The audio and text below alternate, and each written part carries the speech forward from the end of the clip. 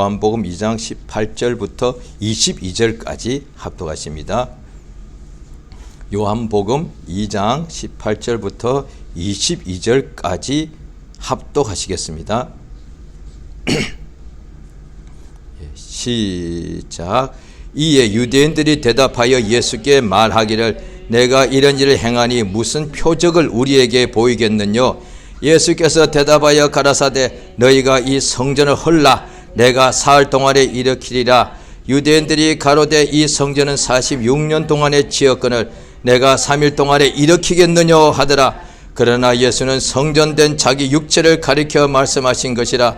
죽은 자 가운데서 살아나신 후에야 제자들이 이 말씀하신 것을 기억하고 성전과 및 예수의 하신 말씀을 믿었더라. 아멘.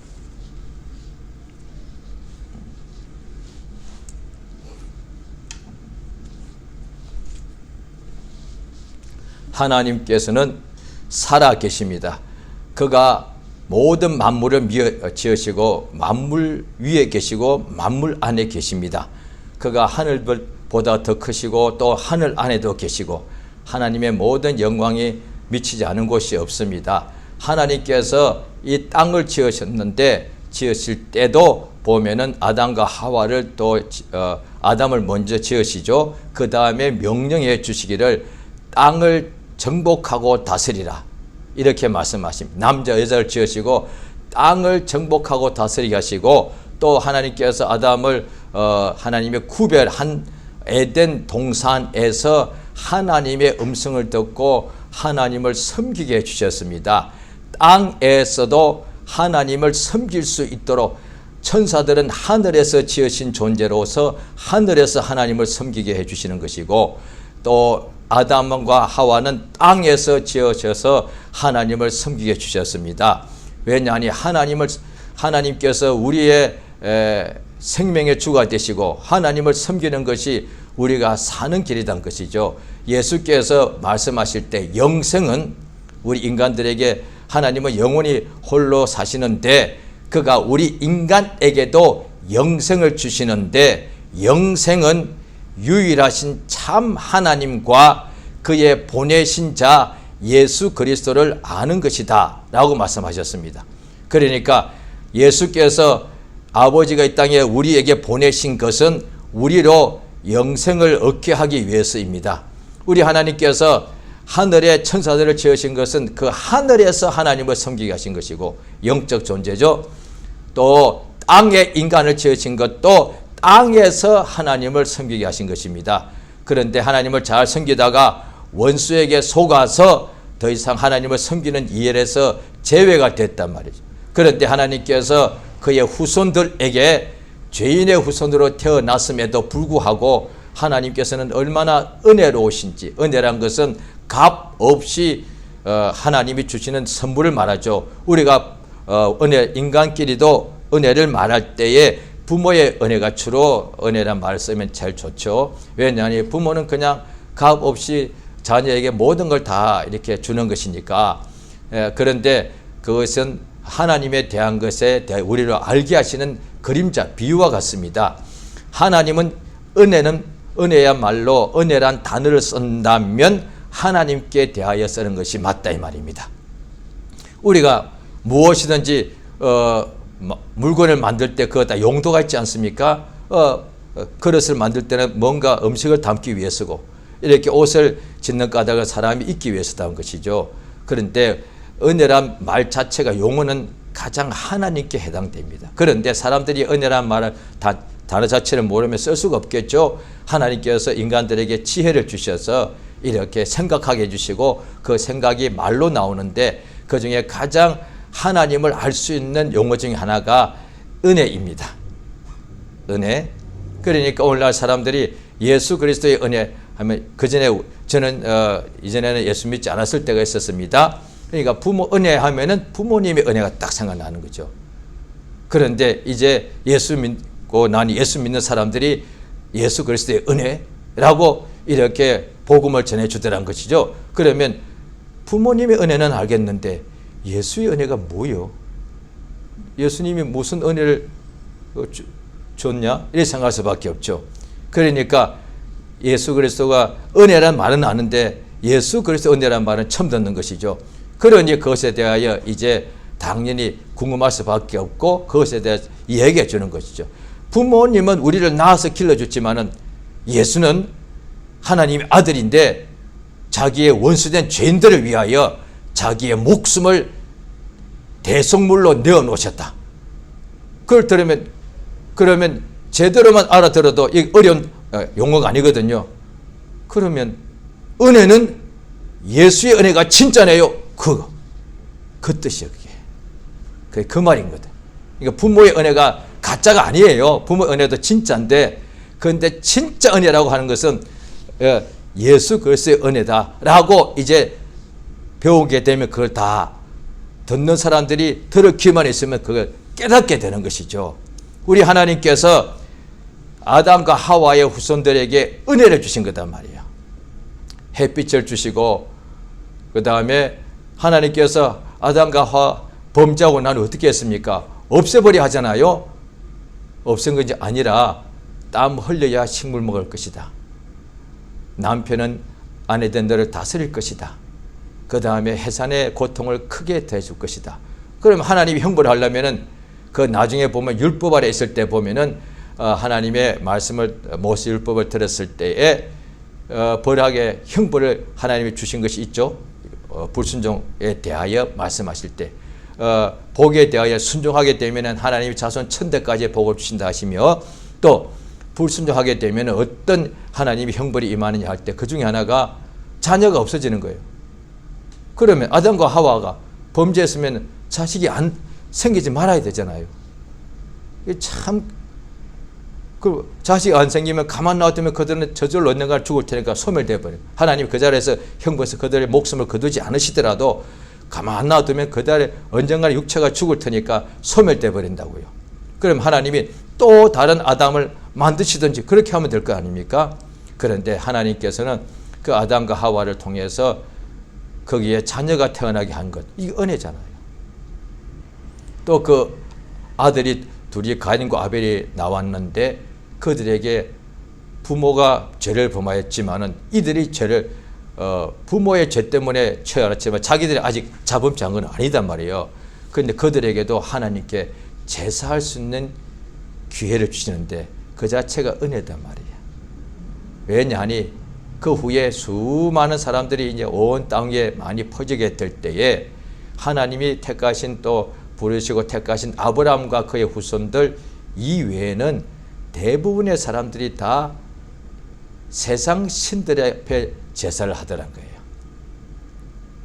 그러니까 참신이 아닌 것 앞에 그렇게 일생 동안 두려워하고 정성을 다하고 자기의 귀한 재물을 갖다 바치고 그러더란 거예요.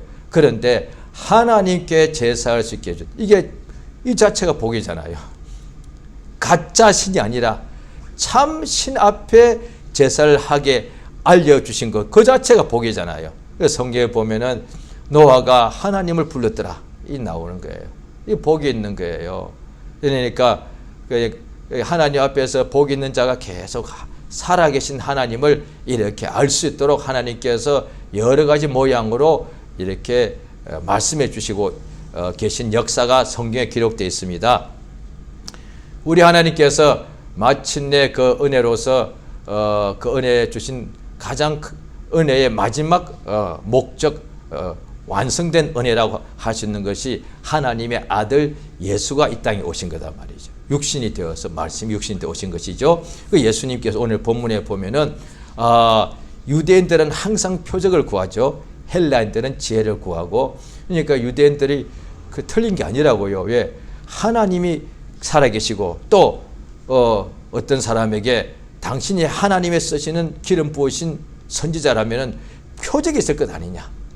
그러니까 그 선지자 중에 대표 중에 하나가 대표격 중에 하나가 엘리야 아니겠습니까? 엘리야가 그래서 하나님께 표적을 구했잖아요. 그러니까 바알과 아세라 선지자 850명을 갈멜산 꼭대기로 다 오라 해가지고 그 다음에 너희는 너의 신 이름을 불러라. 그들은 하루 종일 바알이라고 불렀죠. 부르는 그 신이 이름을 불렀을 때 그것에 응답하는 신이 진짜니까 그 신을 섬기자 이렇게 됐단 말이에요. 그러니까 그들이 좋다. 그러니까 자기들이 자신 있었던 모양이에요. 그러니까 850명이 하루 종일 자기 신의 이름을 불렀다는 거예요. 나중에는 너무 얼마나 간절히 불렀던지 자기 몸을 막 이렇게 이렇게 자해했단 말이에요. 그럴 정도로 자기 신을. 오늘날 당연히 우리는 그렇게 하면 안 됩니다. 그럴 필요도 없고요. 그런데 그렇게 간절하게 오늘날 예수 이름을 부른다면 응답 안 될 게 있겠습니까? 오늘날 사람들이 그 이방 신들은 응답도 없는 신을 뭔가 자기가 믿는 것이 옳다 생각하고 자기 확신 가지고 그 응답 받으려고 목숨을 다 바치듯이 그렇게 지극정성을 다한다는 거예요. 그런데 우리는 살아계신 하나님이 그의 이름이 예수라고 알려주셨는데 그 예수 이름을 가지고 무엇이든지 기도하면 예수님이 시행하신다 약속하셨는데 그 이름으로 우리가 세상에 살 때 괴롭고 힘든 일이 날마다 올 수가 있죠. 우겨쌈을 당하죠. 그럴 때 예수 이름으로 아버지께 구하면 되는데 간절히 구하요. 한 번 구해도 응답이 없을 수 있습니다. 한 일테면 5분 구했더니 응답이 없더라. 그러면 포기하지 말고 10분을 구하고 그 갈멜산 꼭대기에서 기도할 때 뿐 아니라 그 후에 또한 엘리야가 3년 반 동안 오지 않던 비가 오게 하려고 할 때에 갈멜산 꼭대기 가서 얼굴을 두 무릎 사이에 넣고서 7번이나 간절히 구하더라고요. 그러니까 마침내 하나님 응답이 나와서 저 수평선 끝에 손바닥만한 구름이 일어나더라고요. 엄청난 폭우가 큰 비가 내리지 않았습니까? 예수께서 이 세상에 오신 것이 하나님의 은혜인데 유대인들이 표적을 이게 오늘 본문에 표적을 구했습니다. 그러니까 유대인들이 대답하여 예수께 말하기를 내가 이런 일을 행하니 무슨 표적을 우리에게 보이겠느냐 하니까 예수께서 바로 응답하십니다. 너희는 이 성전을 헐어라. 예수가 하는 게 아니고 너희는 이 눈에 보이는 성전을 헐어라. 내가 사흘 동안에 일으키겠다. 이게 최고의 표적 아닙니까? 그러니까 성경에 보면은 예수께서 물 위로 걸으셨습니다. 엄청난 표적이죠. 물로 포도주가 되게 하셨습니다. 죽은 나사로를 살리셨습니다. 굉장한 표적이 성경에 많이 있습니다. 그런데 가장 큰 표적은 예수님이 자기 십자가에 죽으신 몸이 제3일에 3일 아래 다시 일어난 것. 이거보다 더 큰 표적이 없단 말이에요. 오늘 본문에 예수께서 그들이 표적을 구하니까 이것밖에 없다고 하니까 그게 하나밖에 없다는 그런 뜻이 있으니까 가장 작다고 생각하는 거 아니에요. 그러니까 또 다른 데 보면은 요나의 표적밖에 보일 것이 없다 이러셨거든요. 그게 같은 뜻이다. 요나가 사흘 동안을 물고기 뱃속에 있다가 그가 이렇게 살아났듯이 예수님이 인자가 육체가 그 죽으시고 제3일에 다시 살아난다, 일어난다는 거예요. 이게 가장 큰 표적이라는 거예요. 왜? 그것이 하나님의 아들이니까, 메시아니까, 하나님이 보내신 분이 확실하니까. 하나님 아들 아니면 그렇게 십자가에 못 박혀 피를 다 쏟으시고 죽으셨는데 어떻게 제3일에 살아나는가? 불가능이단 말이에요. 그러니까 성전은 눈에 보이는 성전인데 이 성전을 보고서 예수의 제자들도 그 아름다운 성전에 꾸민 아름다운 돌들을 보고서 이 미석들이 어떠합니까? 했단 말이에요. 예수께서 이제 명령이 이 성전을 헐어버리라. 그 후에 결국 흘려서 지금까지 흘려 있습니다. 이 성전을 다시 분명히 지을 때 올 것입니다. 성령 예수께서 하신 말씀에 그러니까 그 성전에 자칭 자기를 하나님이라 하는 자가 앉을 것이다. 그때가 예수님 오실 때란 거예요. 왜냐하니 성전은 하나님의 전이니까 우리가 옷은 사람이 입듯이 옷도 왕이 입는 옷은 또 따로 있지 않습니까?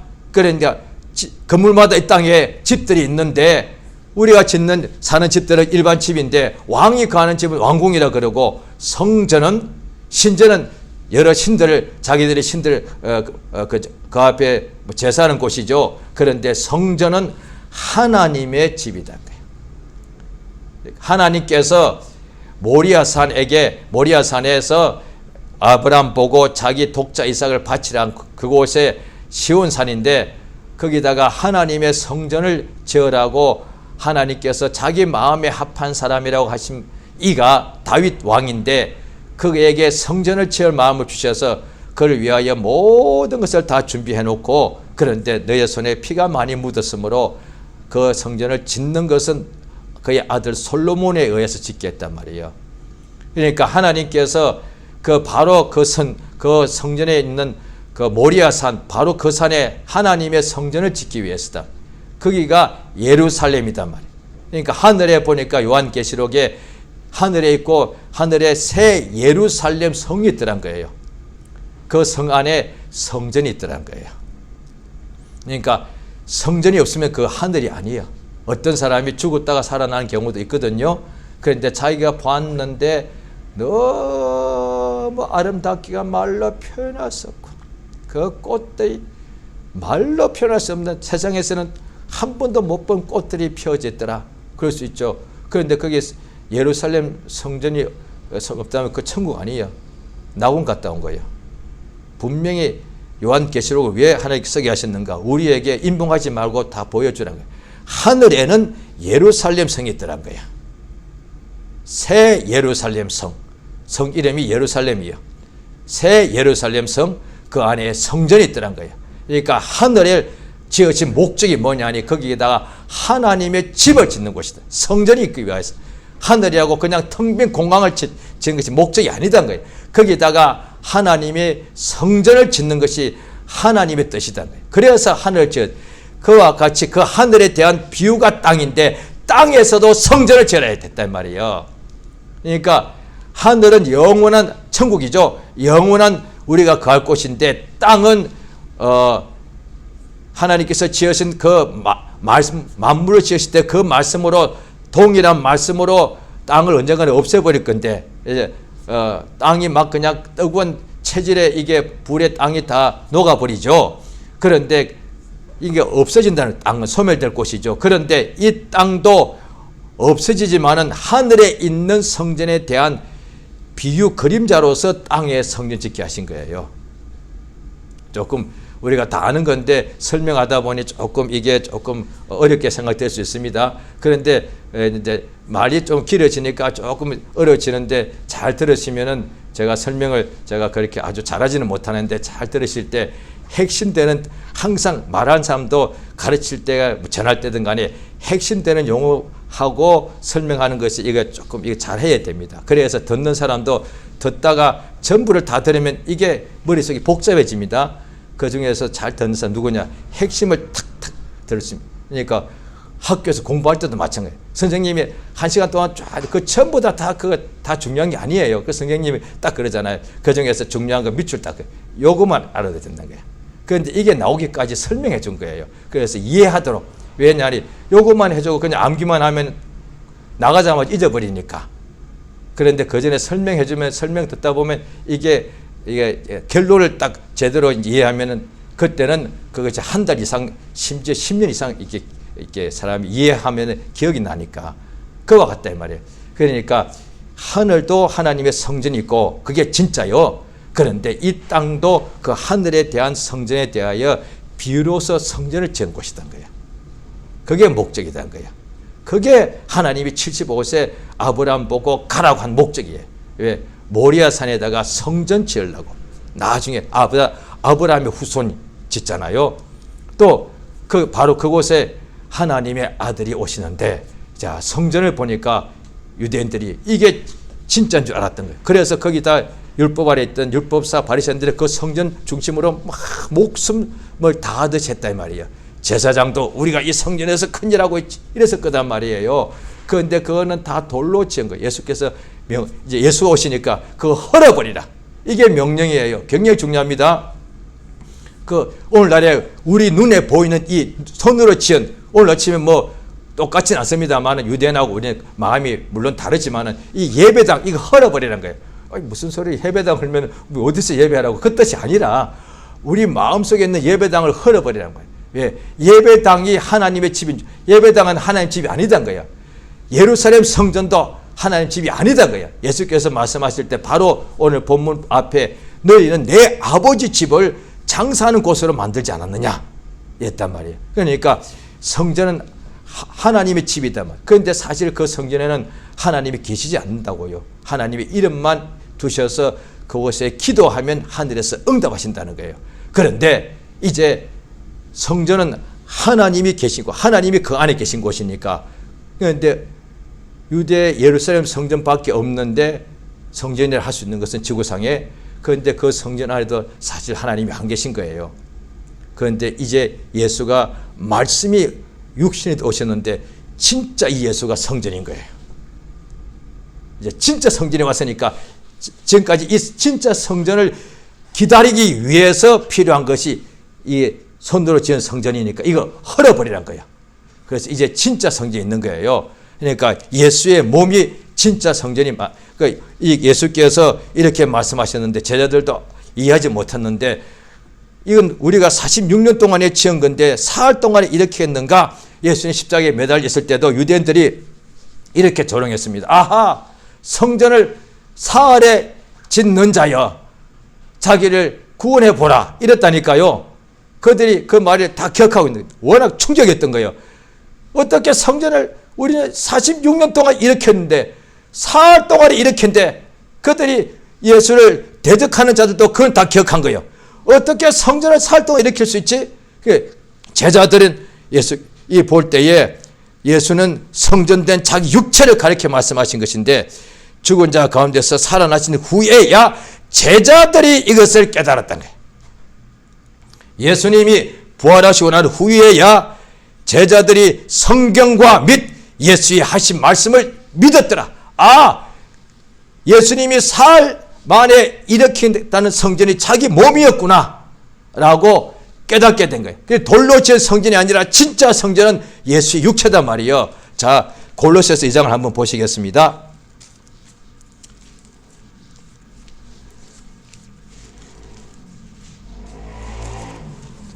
골로새서 2장을 보십니다. 골로새서 2장 9절 10절 같이, 이 326페이지 골로새서 2장 9절 10절 같이 있습니다. 시작. 그 안에는 신성의 모든 충만이 육체로 거하시고 너희도 그 안에서 충만하였으니 그는 모든 정사와 권세의 머리시라. 예수 안에는 신성, 하나님 되심의 모든 충만이 육체로 간다. 이 맞죠? 그러니까 예수의 육체가 성전인 거예요. 예수께서 또 말씀하시기를 그가 내 안에 계셔, 아버지께서 내 안에 계셔서 자기 일을 하시는 것이다. 그러니까 성전은 하나님이 계신 곳이니까. 그런데 유대 예루살렘 성전은 참 성전이 아니죠. 그건 참 성전에 대한 하나의 미리 나온 그림자, 비유니까. 그런데 참 성전이 땅에 나타나는데 그것이 뭐냐니 돌로 지은 것이 아니고 말씀이 육신이 되어 오신 바로 그 예수의 육체. 굉장히 그것이 성전이란 말이에요. 왜? 하나님의 신성의 모든 충만, 하나님의 모든 충만이, 신성이니까 하나님이죠. 하나님의 모든 충만이 예수의 육체 안에 있더래. 예수의 육체로 거하시더란 거예요. 그러니까 예수께서 자 이제 이거 뭔가 좀 이해가 된다. 그러니까 하늘에 있는 성전에 비한 것이 예루살렘 성전인데 그건 손으로 지은 것이니까 말로는 아버지 집이라고 하였으니까 그건 진짜가 아니었는데 진짜인 줄 알고 유대인들이 섬겼는데 이제 예수님께서 육체로 오신 것이 그게 진짜 성전이구나. 이야, 깨달았단 말이에요. 그래 예수께서 이 성전을 헐라.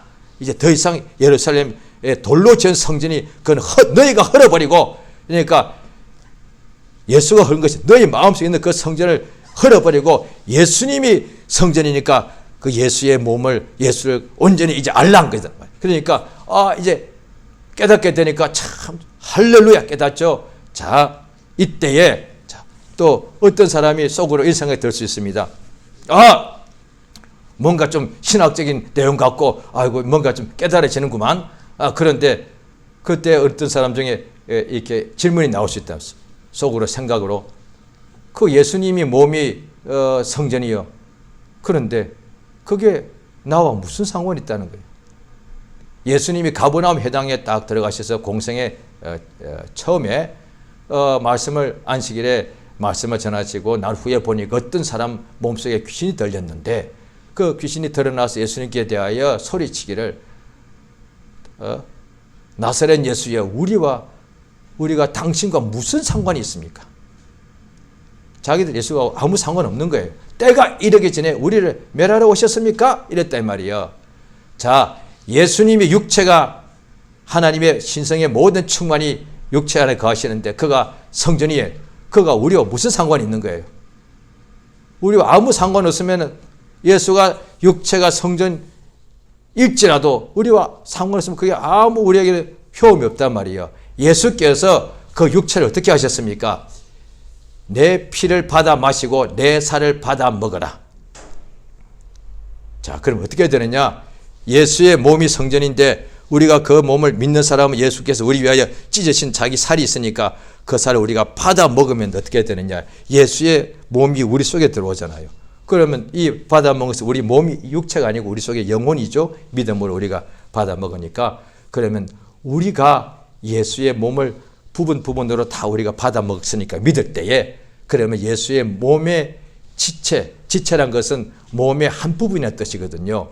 그러니까 우리가 다 예수의 몸의 지체가 되는 거예요. 그것이 우리가 성전된다는 뜻이에요. 그러니까 예수께서 에베소서 또 보면은 에베소 1장에 보면은 예수는 교회의 머리고 우리는 교회는 그의 몸이다. 이것은 우리의 영혼을 말합니다. 육체가 아니고요. 우리의 영혼이 예수 믿으면은 죽었던 우리 영혼이 살아나기 때문에 예수 안에 들어가죠. 그 영혼이 예수의 몸을 이루는 교회가 된다는 거예요. 그래서 교회가 우리 몸에 이 몸이 하나인데 이 몸에 여러 가지 몸의 부분, 지체가 많이 있듯이 우리 믿는 한 사람 한 사람이 교회의 예수의 몸의 지체가 되는 거예요. 그래서 우리가 이제 이 세상에서 또 에베소서를 한번 보시겠습니다.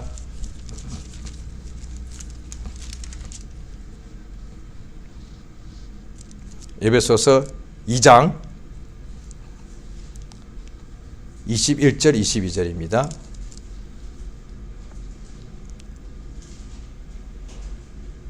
에베소서 2장 21절 22절 같이 읽겠습니다. 시작. 그 안에서 건물마다 서로 연결하여 주 안에서 성전이 되어가고 너희도 성령 안에서 하나님이 거하실 처소가 되기 위하여 예수 안에서 함께 지어져 가느니라. 예, 이거란 말이에요. 그러니까 우리가 성전이 믿는 사람이 예수의 한 사람 한 사람 믿으면 예수의 몸의 지체 부분이 되는 거예요. 그래서 이 세상에서 계속해서 예수의 성전, 예수의 몸된 하나님이 거하실 성전으로 우리가 지어져 가는 거예요. 이것이 이 세상에서 하나님께서 우리에게 예수의 몸을 나누어 주신 뜻이고 그 몸을 예수의 피와 살을 먹고 마신 사람은 예수의 몸을 이루는 지체가 되어서 남은 인생 동안에 육체의 시간 동안에 예수의 몸으로 하나님의 성전으로 다 이렇게 연결되어서 온전한 성전으로 지어져 가는 거예요. 자, 그래서 오늘 이렇게 하게 되면 예수님 보십시오. 자기 몸이 성전인 줄 확실히 알았습니다. 이 성전을 46년 동안 너희가 지었느냐? 이걸 너희 손으로 헐어버려라. 예수의 하신 말씀이 그러고 단 30년 후에 이루어져서 성전이 완전히 헐어졌습니다. 지금까지도 없는 상태입니다. 그런데 이제 유대인들은 그거 없으니까 성전 외벽에 그 한 조각이 남았는데 거기 가서 지금도 통곡의 벽이라고 거기서 지금도 기도하고 통곡하고 그 거대한 바위 사이에 기도물 족지를 다 이렇게 넣어놔요. 저도 한번 가봤는데 그러고 있는 거예요. 성전이 없어졌으니까 통곡하는 거예요. 예수의 몸이 성전인데 그거 믿으면 되는데 통곡할 게 아니다 이 말이에요. 유대인들 아직 그걸 모르니까. 그러니까 얼마나 우리는 복돼요. 우리가 유대인이라면 지금도 통곡의 벽에 가서 통곡하고 있을 거예요. 그런데 우리는 예수의 몸이 성전인 것을 진짜를 알기 때문에 이제 누구든지 예수를 믿게 되면은 이제 그 유대인들은 지금도 언젠가는 예루살렘에 성전을 지금 지으려고 준비하고 있을 거예요. 그런데 우리는 우리의 영혼이 예수의 성전으로 지어져 가는 것을 알게 되었으니 그 예루살렘에 돌 만들어서 성전을 지으려고 할 필요가 없다 이 말이에요. 그 안에 금으로 이렇게 할 필요, 우리 영혼이 하나님의 성전이다 이 말이에요. 그렇죠? 자, 고린도전서 3장을 보십니다.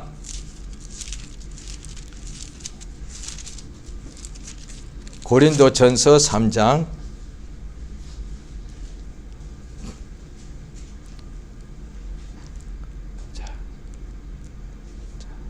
고린도전서 3장 15절입니다. 15절 시작. 누구든지 공력이 불타면 해를 받으리니 그러나 자기가 구원을 얻되 불 가운데서 얻은 것 같으리라. 자, 그 다음 16절 시작. 너희가 하나님의 성전인 것과 하나님의 성령이 너희 안에 거하시는 것을 알지 못하느뇨.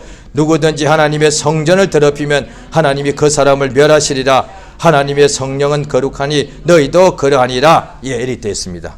이게 성전을 더럽히면 멸하시리라 하는데 이미 성전이다 이 말이에요. 성전인데 너희가 알지 못하느냐. 근데 성전을 더럽힌다 했을 때 이것이 영혼을 만약에 더럽힌 것을 의미한다면 그 사람은 하나님의 구원에서 제외가 되는 것이고 영혼이 멸망당하겠죠. 그런데 이것이 영혼이 아니고 육체라고 한다면 바로 위에 나오잖아요. 불 가운데서 받는 구원.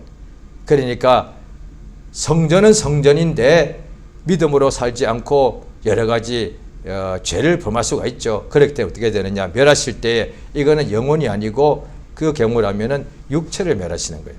그러니까 바울 선생이 또 다른 데 보면은 어떤 사람이 교인 중에 은혜 받고도 죄를 범하는 사람이 있더란 거예요. 그래서 그 사람을 영혼은 구원의 날에 구원해야 되겠으니까 육체는 목숨을 사단에게 내어주자. 영혼은 구원받게 하자. 이게 그 뜻이 될 수 있다. 성전을 더럽히면은 목숨을 멸하실 때에 목숨을 멸하시면은 영혼은 그래도 불 가운데서 구원받는. 이건 참 다행한 거예요. 그런데 만약에 영혼을 멸하시면 이거는 뭐 지옥불에서 영혼이 이렇게 멸망당하는 것이니까. 그런데 두 가지 뜻이 다 되지만 바로 위에 있는 구절을 볼 때는 육체를 멸하신다고 볼 수가 있죠.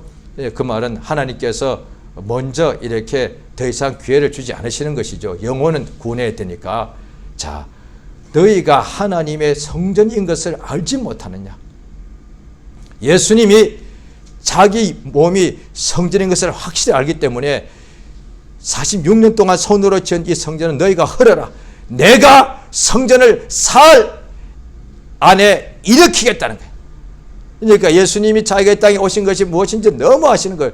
예수님이니까 당연하죠. 그런데 우리도 성령이 우리 안에 들어오셔서 성령께서는 우리를 모든 것을 가르쳐 주시고, 그 말은 뭐냐니 성령이 우리 안에서 다 가르쳐 주시니까 이거는 이제 성령 받고 이거 체험한 사람들은 압니다. 그런데 잘 모르는 사람들은 밖에서 볼 때에 어떤 사람들이 굉장히 믿음이 좋고 훌륭한 데에 저 사람은 여러 가지 일이 올 때마다 뭔가 기도하더니 항상 그때마다 깨닫더란 거예요.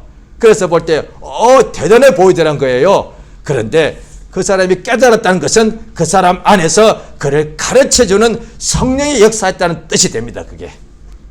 그래서 우리 자신이 기도할 때 깨닫거나 예배 중에 깨닫거나 다음에 성경을 읽을 때 깨닫거나 등등 할 때에 심지어 죄 중에 있다가도 그럴 때 예수님께서 비유하실 때 탕자가 비유할 때 탕자가 완전히 망가지고 난 후에도 깨닫게 되어서 아버지 집으로 돌아오게 되죠. 자관 이렇게 깨닫게 되는 것은 누군가 우리로 가르쳐 주신 분이 있다는 뜻이에요. 그런데 이것을 성경에 보면 확실히 나와 있는데 어떤 사람이 이거 모를 때는 내가 스스로 자기가 안 줄 알고 자기도 모르게 마음이 높아져 있단 말이야.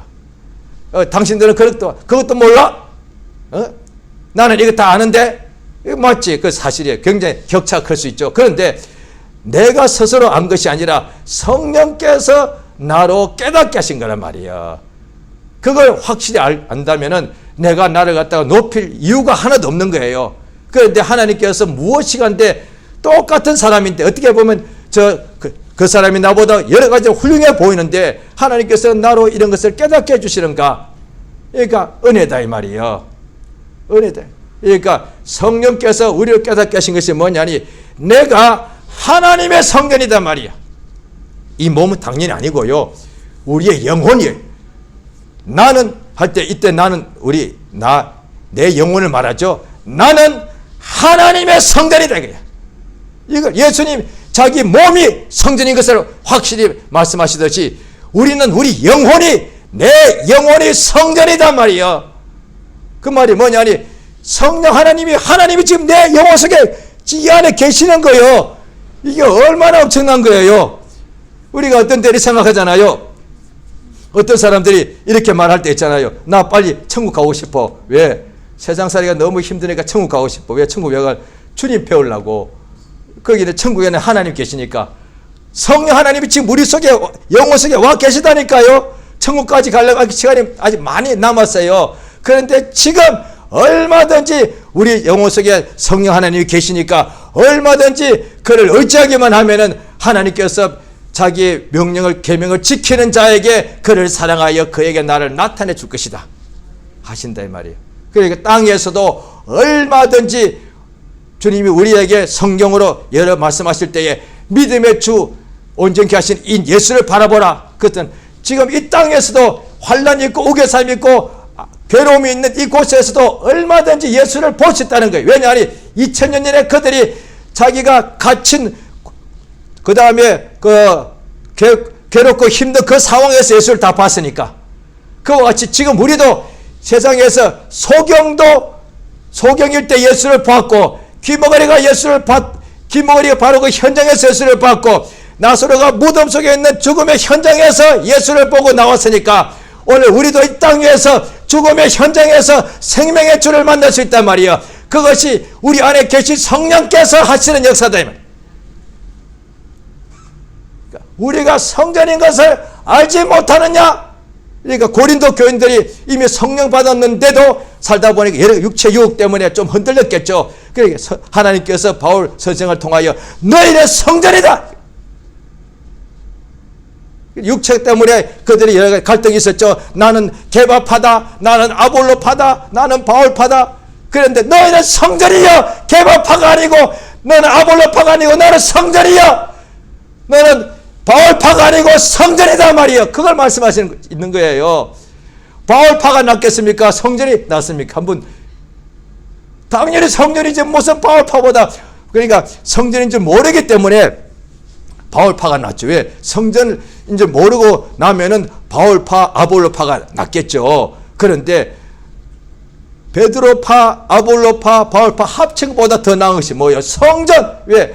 바울도 아볼로도 케바도 다 그냥 하나님이 쓰시는 일꾼에 불과하니까, 사람에 불과하니까, 먼지에 불과하죠. 그런데 그 주인이신 하나님이 우리 안에 계시는 성전이단 말이에요. 나는 하나님의 성전이다. 자, 같이 한번 세 번 하겠습니다. 내 영혼은 하나님의 성전이다. 시작. 내 영혼은 하나님의 성전이다. 내 영혼은 하나님의 성전이다. 내 영혼은 하나님의 성전이다.